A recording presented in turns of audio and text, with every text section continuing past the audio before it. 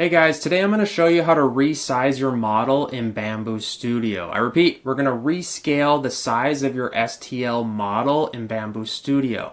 Step number one, what you have to do is obviously be in Bambu Studio and have your STL file ready or your model. And then all you have to do is left click and highlight your model. And then if you go up here to this button listings up here, there's a bunch of buttons up here. What you need to click on is this scale button right here. So click that. Once this is highlighted, click the scale button. And then there's a couple different ways you can do this.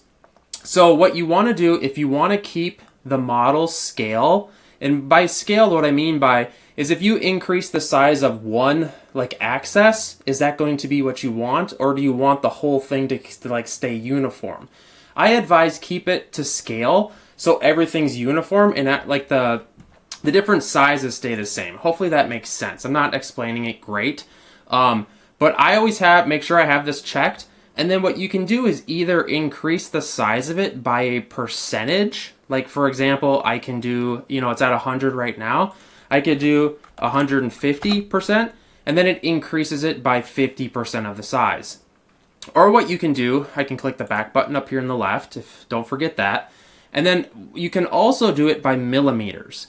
Say if you were trying to figure out a specific size you wanted to resize it to, and you had a dimension or a measurement, you just have to make sure it's in millimeters here.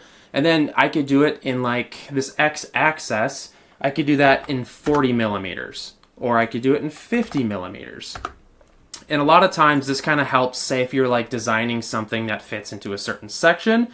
Hopefully this helps you learn how to rescale your STL model in Bambu Studio. Make sure to subscribe. I'm 3D Print Dude. And until next time, I'll see you guys in the next one.